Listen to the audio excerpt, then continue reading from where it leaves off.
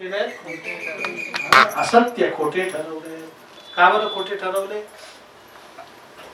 भगवंतांनी मी जर एखादं वरदान कोणाला दिलं तर भगवंत ते सत्य करतात. काय करतात?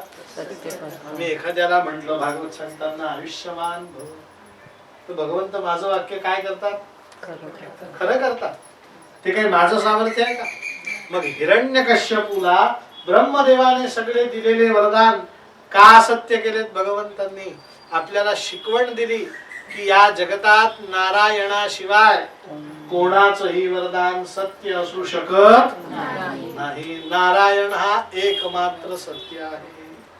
हे सांगण्यासाठी ब्रह्मदेवाचे वरदान असत्य ठरवले आणि हिरण्यकश्यपूचं उदीर विदीर्ण केलं. त्याचं पोटच का फाडलं? कारण परीक्षिता मुलाला आई वडील पोटचा गोळा म्हणतात. काय म्हणतात?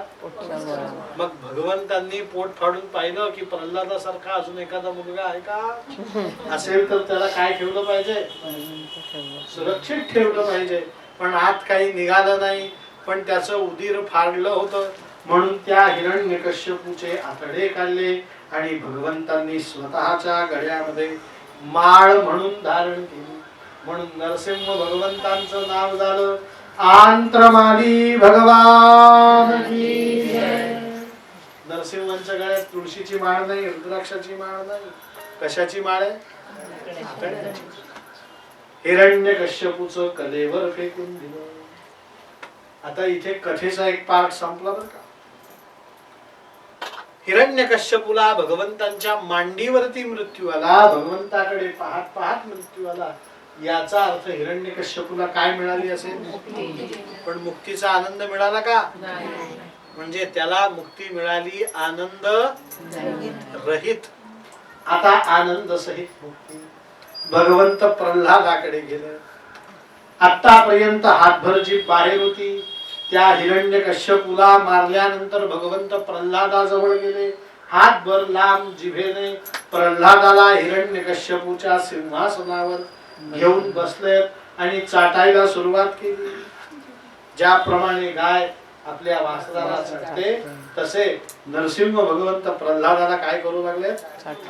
आणि चाटता चाटता म्हणताय क्षंतव्यमंग यदि मे समये विलंबः. हे प्रल्हाद, हे भक्त शिरोमणी प्रल्हादा, मला तू क्षमा कर. मला यायला उशीर झाला. सगळ्या देवदेवता आकाशातनं पुष्पवृष्टी करत होत्या.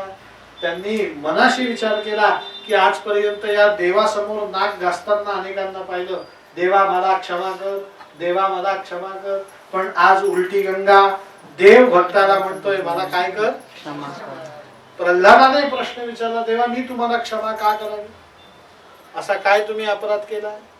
आता नारायण सांगतात नारायण नाम उच्चारेण, तू नारायण नाम म्हटल्याने तुला उकडत्या तेलात टाकलं, पर्वतावरून खाली ढकलून दिलं, हत्तीच्या पायाखाली दिलं, पण मी वेळेवर येऊ शकलो नाही. मी तुझं कल्याण केलं, तुला वाचवलं. माझं कर्तुम अकर्तुम अन्यथा कर्तुम सामर्थ्य वापरलं, पण मी यायला पाहिजे होतं, येऊ शकलो नाही कार्य बाहुल्याने. पण मला यायला उशीर झालाय म्हणून क्षंतव्य मंग यदि मे समये विलंब. मला यायला काय झाला? उशीर झाला. प्रल्हादाने सांगितलं देवा माझी काही एक तक्रार नाही, मला फक्त एक आशीर्वाद द्या. म्हणे काय? माझ्या वडिलांना मुक्ती द्या. माझ्या वडिलांना काय द्या? मुक्ती द्या. म्हणे अरे वेड्या वर बघ. प्रल्हादाने वर बघितलं. महर्षी व्यासांच्या शेजारी हिरण्यकश्यपू बसलेला होता. वैकुंठात. कुठे बसलेला होता? आमच्या नारायणाच्या वैकुंठामध्ये अनेक संत मंडळी बसतात A B C D category नुसार. ए कॅटेगरीत कोण बसलेलं होतं? महर्षी वेद व्यास देवर्षी नारद. त्या कॅटेगरीत कोणाला बसवलं होतं? हिरण्यकश्यपूला. हिरण्यकश्यपूला मुक्ती मिळाली, पण मुक्तीचा आनंद मिळाला. आणि प्रल्हादाने सांगितलं देवा दुसरा आशीर्वाद मला द्या. माझ्या घरात आता राक्षस जन्माला घालू नका. आमचा राक्षस कुळ आहे. आमच्या घरात जन्माला येईल तो वैष्णव वारकरी जन्माला येईल असा आशीर्वाद द्या. नारायणाने नृसिंह नारायणाने आशीर्वाद दिला आणि ज्या दिवशी नरसिंहाने प्रदोषकाळी अवतार घेतला त्याच दिवशी नरसिंहाने अवतार समाप्ती केली. श्री लक्ष्मी नरसिंह भगवान की जय. थोडक्यात आमच्या नरसिंहाने जो अवतार घेतला परीक्षिता, तो अवताराचं ते स्थान वर्तमान काळात भारतात नाही. पाकिस्तानात मुलतान नावाचं शहर, स्त्रियांना माहितीये मुलतानी माती, हे जिथून म्हणतात ते शहर कुठलं, त्या मुलतान शहरात या नरसिंहाचं प्रागट्य स्थळ आहे. आणि या नरसिंहाचं मनुष्याच्या जीवनामध्ये अनन्य साधारण महत्व. भागवतात सांगितलंय कधी कधी मनुष्याला कारण नसताना भय वाटत, कधी कधी कारण असताना भय वाटत, नसताना पण आणि कधी कधी खरंच भय वाटावं अशी परिस्थिती असते. मग कुठल्याही परिस्थितीत नरसिंह नरसिंह नरसिंह असं म्हटलं तर तात्काळ भय निवृत्ती होते. काय होते? लक्ष्मी नरसिंह भगवंत माणसाचं भय निवृत्त करतो. विष्णू सहस्त्रनामात या नरसिंहाचे 2 नाव आहेत, भयकृत भयनाशनः. ज्यांना भय नाही त्यांना भय निर्माण करतो. आमच्या शेजारी गुंडारा कोणालाच घाबरत नाही, आम्हाला त्रास देतो. तुम्ही नरसिंहाला प्रार्थना करा, त्याला तो भय निर्माण करतो तुमचं, भयकृत. आणि आपल्याला त्याच्यापासून भय ना, आपलं भयनाशनः. हिरण्यकश्यपू कोणाला घाबरत नव्हता, त्याला भय निर्माण केलं. आणि प्रल्हादाला भय होतं, ते भय निवृत्त केलं, भयनाशनः. लक्ष्मी नरसिंह भगवान. या प्रल्हादाला पुढे पुत्र झाला, त्याचं नाव विरोचन. काय नाव? आणि या विरोचनाला पुत्र झाला, त्याचं नाव राजा बली. काय नाव? बली म्हणजे काय? काहीतरी प्रसाद घेऊन जा आत या.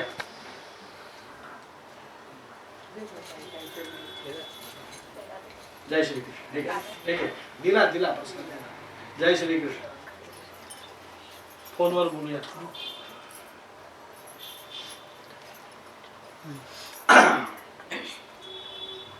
हरिपाठात ज्ञानेश्वर महाराज म्हणतात, बळी तो कानपिळी मराठीत म्हणतात की नाही, तसा हा बलिवत धार्यते मया. जो बलवान आहे त्याला काय म्हणावं? बली.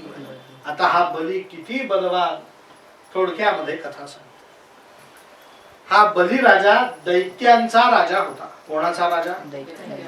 हिरण्यकश्यपू दैत्यांचा राजा, प्रल्हाद दैत्यांचा राजा, विरोचन दैत्यांचा राजा आणि बली सुद्धा. पण हे 4ही राजे त्या त्या काळात काल समृद्ध असल्या कारणाने प्रत्येक राजाचा कालखंड मोठा होता. म्हणून तो कालखंड मोजला गेला भागवतात मन्वंतराने. कशाने? आपण सालाने मोजतो की नाही, की 5 वर्ष 10 वर्ष. त्यावेळेस कालखंड हा मन्वंतराने मोजला जायचा. बली राजा ज्या वेळेस राजा होता त्यावेळेस भूतलावरती 2 आश्चर्यकारक घटना घडल्या. एक, भगवंतांनी गजेंद्राचा उद्धार केला. कोणाचा? कोणाच्या कालखंडात? बलिराजा दैत्यराज असताना. आणि याच दैत्यराज बलीच्या कालखंडात समुद्र मंथन झालं. या 2 ऐतिहासिक घटना. आता सगळ्यात प्रथम तुम्हाला गजेंद्राची कथा माहिती, तरी मी तुम्हाला थोडक्यात कथा सांगतो. पण कथेचा आशय कथेपेक्षा विस्तृत. थोडक्यात कथा सांगतो. ब्रह्मसरोवराच्या ठिकाणी एक गजेंद्र राहत होता. What is the meaning of Gajendra? Indra या शब्दाचा अर्थ आहे राजा. देवेंद्र म्हणजे नागेंद्र म्हणजे खगेंद्र म्हणजे पक्षांचा राजा. गजेंद्र म्हणजे नरेंद्र म्हणजे हल्ली देशाचा राजा आहे आपला नरेंद्रच. माणसाचा राजा नरेंद्र. इंद्र म्हणजे राजा, हा गजांचा राजा होता. आता कथा सगळ्यांना माहिती, आपण सरळ सरळ अर्थाकडे जाऊन अर्थासकट कथा बघू, तुम्हाला फार आनंद आहे. गजेंद्र, गज हा प्राणी कशाचं प्रतीक आहे? मत्तवाद, ज्याला मस्ती म्हणतात की नाही, जो तो आपापल्या कशात आहे. माझं सगळं भागवत पाठ आहे असं म्हणून मी दान दान दान दान चालतो. मी माझ्या कशात चालतो? मस्तीत चालतो. अशी प्रत्येकाला कशाने कशाची काय आहे? मस्ती आहे. मग तुम्ही आम्ही सगळे जण काय आहोत? गजेंद्र आहोत. काय आहोत? गजेंद्र. आपण कोण आहोत? मस्तीत राहतो. राहतो की नाही? तुमच्यात कोणी मस्तीत नसेल तर सांगा, त्याला हार घालू आपण. बरं, आपल्या मस्तीचं एक दुसरं कारण आहे, आपल्याला अनेक आप्त स्वकीय आहेत. 4 भावंड आहेत, 4 बहिणी आहेत, 4 मामी भाऊ आहेत, 4 आते भाऊ आहेत, अमुक आहेत अमुक आहे. माझे 2 भाऊ, 1 नगरसेवक आहे, 1 अमुक आहे, 1 तमुक आहे. असा प्रत्येकाला काय असतो? काहीतरी त्याच्याकडे विशेषत्व असतं सांगण्यासारखं, की माझी मुलगी डॉक्टर आहे, माझा मुलगा इंजिनियर आहे. मग भागवतात सांगितलं, हा गजेंद्र याला 1,00,000 पत्नी होती. किती? 10 लाख पुत्र होते, 1 कोटी नातू होते. संख्या विसरून जा, म्हणजे तो अनेक नात्यांनी समृद्ध होता, एवढंच सांगायचं. पण एक दिवशीचा प्रसंग आला.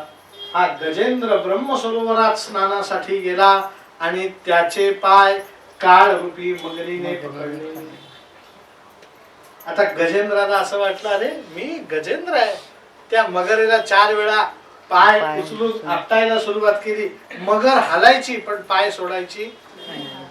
पायाखाली चिरडून पाहिलं, चिरडली गेली. त्या मगरीला मारण्याचा प्रयत्न करून दमला, थकला, श्रमला. आता त्याने पत्नी, पुत्र, नातवांना हाक मारायला सुरुवात केली. सगळे जण आले, त्या मगरीला मारण्याचा प्रयत्न करू लागले. पण पाण्यात मगर ही 1000 पट शक्तिमान होती. सगळे प्रयत्न करून थकले आणि थकल्यानंतर गजेंद्राला एकटं सोडून आत्तस्वकीय दमून थकून काठावरती गेले. पुढची कथा नंतर. आता कथा नीट आहे का? आपण गजेंद्र आहोत. आपण एक दिवस काळ रूपी सर्पाच्या, मगरीच्या तावडीत सापडणार आहोत.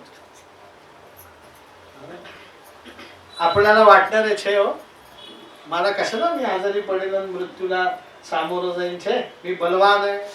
कसा आहे? मी रोज व्यायाम करतो, मी रोज फिरायला जातो, मी रोज प्राणायाम करतो, काही व्यसन करत, पौष्टिक आहार घेतो, न्यूट्रिशन्स सगळे घेतो, प्रोटीनचा आहार घेतो, मला काही होत नाही. म्हणून मी काळ रूपी मगर पायाने हेलकावतो, पण ती हेलकावली जात.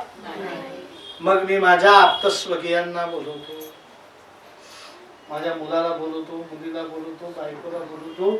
एका विशिष्ट मर्यादेपर्यंत ते मला मदत सरते. शेवटी तेही थकतात आणि मला काळ रूपी मगरीच्या ताब्यात एकटं सोडून काठावर जाऊन उभे राहतात. आहे की नाही जीवनाची सत्यता? आपण आयसीयूत असतो, आपली बायको तिथून अशी खिडकीतून, मुलं फक्त डबा द्यायला येतात. आपल्या नाकात काय असतात? आपल्याला फक्त ते एवढंच करतात, थांबा बरोबर चालेल. आपल्याशी कोणी बोलत नाही, चालत नाही. आपल्याला काय ठेवतात? एकटं ठेवतात. आपण खूप गजेंद्र आहोत, पण शेवट कसा आहे आपला? गजेंद्र सावध झाला. त्याच्या लक्षात आला, अरे ज्यांचं मी आतापर्यंत पालन पोषण केलं त्या सगळ्यांनी मला एकटं सोडलं आणि आता मी एकटा आहे. मला वाचवण्याचं सामर्थ्य फक्त एकात आहे आणि तो एक कोण? नारायण. पण दुर्दैवाने त्या गजेंद्राला नारायणाचं नाव आठवे ना. मृत्यू समयी आपल्याला सुद्धा भगवंतांचं नाव आठवत. आपलं एक एक गात्र क्षीण झालेलं असतं, ज्याला इंग्लिश मध्ये ऑर्गन्स म्हणतात, ते सगळे फेल्युअर झालेले असतात. आपल्याला कसं भगवंताचं नाव आठवेल? आठवेन का? मग गजेंद्राने त्याही परिस्थितीत त्याला जेवढं स्मरलं तेवढं नाम घेतलं. नीतम यदि नवनीतम नीतम नीतम किम तेन आहत पिता पित भूमौ माधव माधावधा. हे बाबा, अंतकाली जो रक्षण करतो त्या जो कोणी XYZ पुरुष आहे त्याला मी नमस्कार करतो, त्याने माझं येऊन रक्षण करावं. त्याला हाक मारण्यासाठी नाव सुद्धा स्मरलं.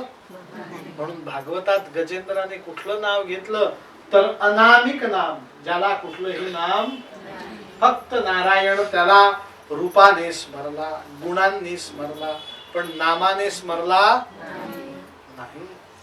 कधी कधी आपल्याला एखादा व्यक्ती रूपाने आठवतो, गुणांनी आठवतो, पण नावांनी आठवत त्या नाही का तरी गोल चेहऱ्याच्या, चष्मा लावतात, गोड बोलतात, नाही डॉक्टर आहे पण मला नाव आठवत नाही त्यांचं, बरं का, असं होतं की नाही. भगवंतांचे 2 गुण त्याला आठवले पण नाम आठवलं नाही. पण गजेंद्राने त्या अनामिक नावाने भगवंतांची स्तुती केली आणि भगवंत अनामिक नामावरती प्रसन्न होऊन गजेंद्राचा उद्धार करण्यासाठी आला. त्या मगरीवरती सुदर्शन चक्र सोडलं, ती मगर मेली आणि भगवंतांच्या चरणाचा स्पर्श गजेंद्राला झाला. गजेंद्रही उद्धारी गेला. गजेंद्राच्या शरीरातनं दिव्य गंधर्व बाहेर पडला आणि मगरीच्याही शरीरातनं दिव्य गंधर्व बाहेर पडला. गजेंद्र पूर्वाश्रमीचा द्रविड देशाचा राजा सुद्युम्न होता. कोण होता? हा गजेंद्र, काल तुम्हाला सांगितलं ना मी, पापाची शिक्षा भोगण्यासाठी इतर जन्मांमध्ये हा पूर्वजन्मीचा द्रविड देशाचा राजा सुद्युम्न होता. आणि ही जी मगर होती ती इंद्र दरबारातली अप्सरा, त्या अप्सरेचा पती हाहू नावाचा गंधर्व होता. आपण एखादा मनुष्य फार हसत असेल तर म्हणतो ना, काय हाहू हाहू चाललंय, हा हा हू हू. हे एका गंधर्वाचं नाव आहे, इंद्र सभेत सतत असतो. असो, छोटासा अपराध त्या गजेंद्राकडनं घडला होता. दुर्वास ऋषी रस्त्याने जात असताना सुद्युम्न राजा हत्तीवर बसलेला होता. आमच्या दुर्वास ऋषींनी प्रेमातिशयाने आपल्या गळ्यातली माळ काढली, सुद्युम्न राजाच्या गळ्यात टाकली, बरोबर पडली. सुद्युम्न राजाने ती प्रसाद म्हणून जवळ ठेवायला पाहिजे, त्याने ती काढली, हत्तीच्या गळ्यात घातली. हत्तीला त्या माळेशी काय कर्तव्य, एकदा दोनदा वास घेतला, पायाखाली टाकली आणि चिरडून टाकली माळ. आमच्या दुर्वास ऋषींनी शाप दिला की या हत्तीने माझी माळ चुरडली, सुद्युम्न राजा तू दिली म्हणून चिरडली. तुम्हाला दोघांनाही शाप देतो, एकत्रित शाप देतो की सुद्युम्ना पुढच्या जन्मात गजेंद्रो भव. काय भव? हत्तीलाही शाप मिळाला आणि कोणाला मिळाला? आणि आज नारायणाने त्या दोघांचा काय केला? उद्धार केला. कुठल्या रूपाने केला? श्री हरी अवतार. कुठला अवतार?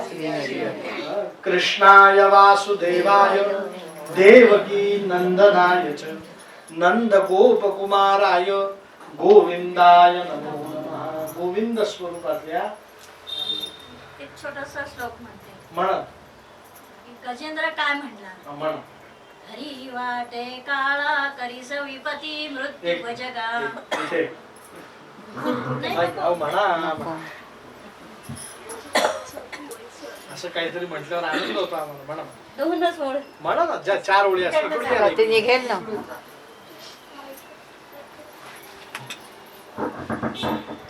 गजेंद्र म्हणाले त्यावेळेला, हरी वाटे काळा करी सविपती मृत्यू भुजगा.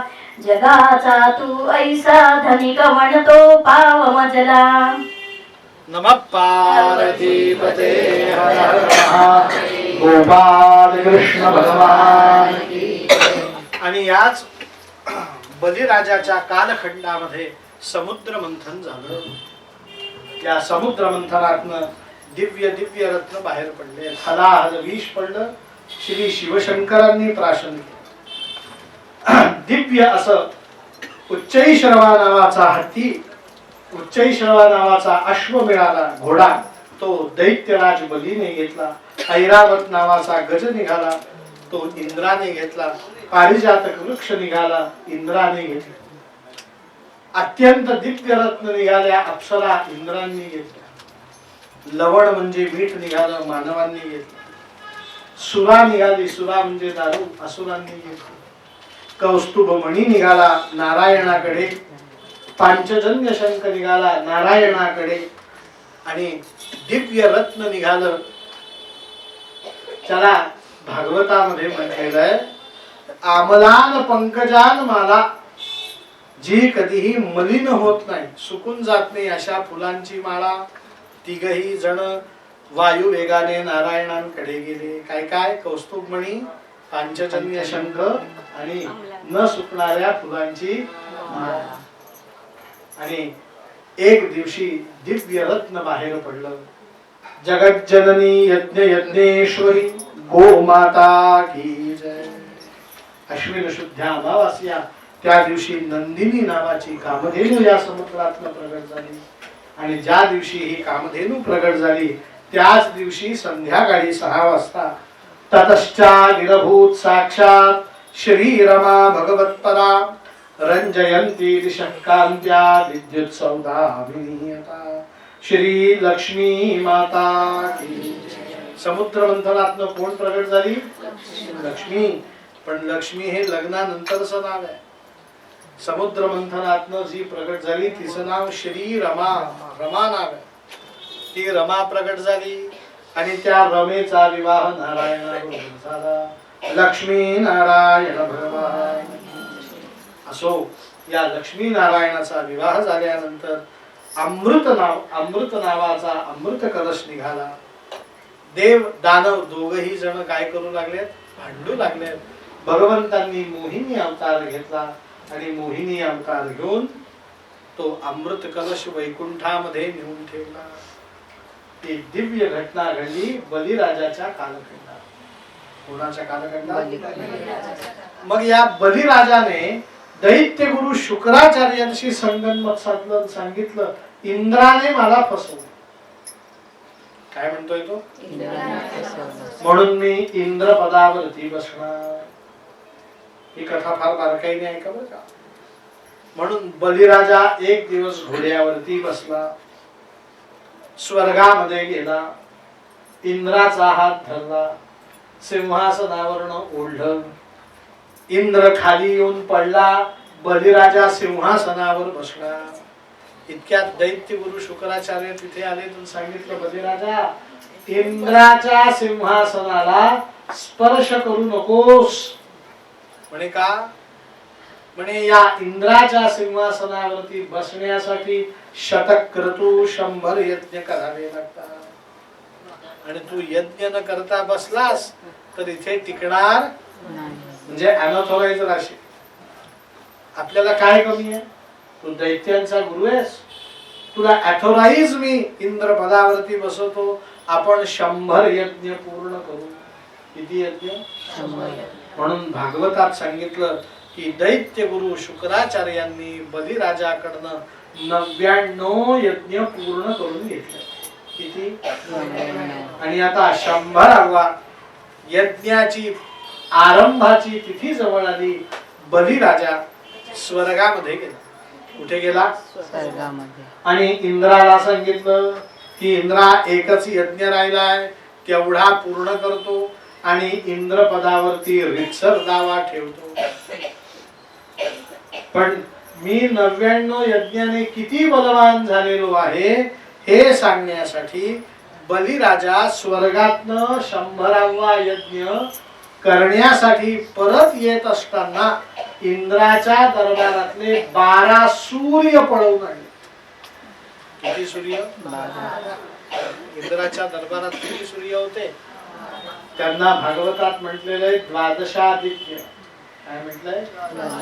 त्यांची नाव प्रसिद्ध आहेत. मित्राय नमः, रवये नमः, सूर्याय नमः, भानवे नमः, खगाय नमः, पूष्णे नमः, हिरण्यगर्भाय नमः, मरीचये नमः, आदित्याय नमः, सवित्रे नमः, अर्काय नमः, भास्कराय नमः. हे 12 नावं पाठ करून टाका. या 12 नावांनी सूर्याला रोज अर्घ्य द्या. तुम्ही कधीही आजारी पडणार, तुमच्या डोळ्यांचं तेज कधीही कमी होणार. आणि मुख्य आदित्यस्य नमस्कारान ये कुर्वन्ति दिने जन्मांतर सहस्रेषु दारिद्र्यं नोपजायते. जो सूर्याला 12 वेळा अर्घ्य देऊन नमस्कार करतो त्याच्या घरात कधीही दारिद्र्य नावाची वस्तू येत नाही. तारक मेहता पाहता का तू? जेठालाल देतो की नाही? पण तो 13वं नावही घेतो बरं का, ते घ्यायचं नाही. ओम बबिताय तेवढं घ्यायचं. तो 12 नावं घेतो. किती नावं घेतो? आपल्याला फार उपयुक्त आहेत. यांना भागवतात काय म्हटलंय? द्वादशादित्य. काय म्हटलंय? आता भागवतात या ठिकाणी सांगितलं जो 12 सूर्यांना कैदेत ठेवू शकतो तो खरंच बली की नाही? आपण या एका सूर्याकडे एक क्षणभर पाहू शकत. त्याने 12 सूर्यांना काय केलंय? बंदी शाळेत डांबून टाकलं आणि 100वा यज्ञ सुरू केला. तिकडे कश्यप ऋषींची पत्नी आदिती, या आदितीचे हे 12 सूर्य मुलं होते. त्या आदितीला वार्ता समजली की माझ्या मुलांना काहीही कारण नसताना बलिराजाने तुरुंगात डांबलं. रडत रडत कश्यप ऋषींकडे गेली. कश्यप ऋषींना सांगितलं काही करा, माझ्या मुलांना सोडवा. कश्यप ऋषींनी सांगितलं की तुझ्या मुलांना बलिराजाच्या तावडीतनं सोडवण्यासाठी फक्त एक जण मदत करू शकतो. त्याचं नाव काय? नारायण. पण नारायणाने तुझं ऐकावंच. च शब्द मस्त म्हणतात ना इंग्लिश मध्ये. असं तुला वाटत असेल तर जनयिष्ये तू नारायण स्वयं. तुला नारायणाला जनन करून जन्माला घालावं लागेल. कारण नारायण तुझा पुत्र झाला तरच तुझं तो ऐकेल. त्याच्यावर ऐकण्याचं काय असेल? बंधन असेल. म्हणजे महाराज नारायणाला जन्माला घालण्यासाठी मी काय व्रत करावं म्हणून सांगितलं पयो व्रत कर. कुठलं व्रत कर? आदितीने पयो व्रत केलं आणि त्या पयो व्रताचा परिणाम भाद्रपद शुद्ध द्वादशीच्या दिवशी, जिला वैष्णव लोक वामन द्वादशी म्हणतात, त्या दिवशी दुपारी 12 वाजता गंगा नदीच्या तीरावरती कश्यप ऋषींच्या आश्रमामध्ये आदितीने साक्षात भगवंताला जन्म दिला. कुठला भगवंत? श्री वामन भगवान की जय. अजिन दंड कमंडलु मेखला रुचिर पावन वामन मूर्तये मित जगत्रितताय चितारये निगमवाक् पटवे बटवे नमः. बटु ब्रह्मचारी वामन भगवान की जय. 5 मिनिटं वामनाचे पाय धुवा, त्यांना पुष्पमाळा घाला, थोडी पाय धुवा.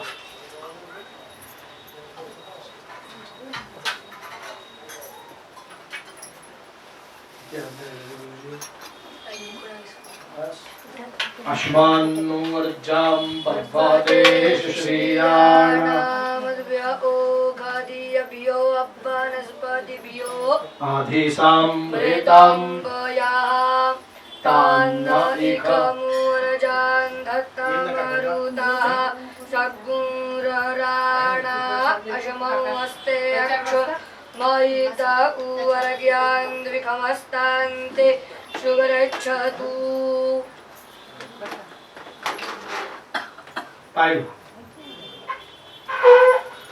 नमोस्वरन्ताय सहस्रमूर्तये सहस्रपादाशिशुरबाहवे सहस्रनाम्ने पुरुषाय शाश्वते सहस्रकोटियुगधारिणे नमः.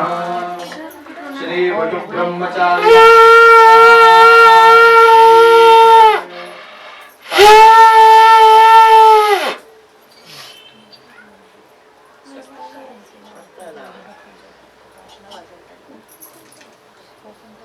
कुंकवाने काढून हार आहे का एखादा? हाय. जय श्री कृष्ण.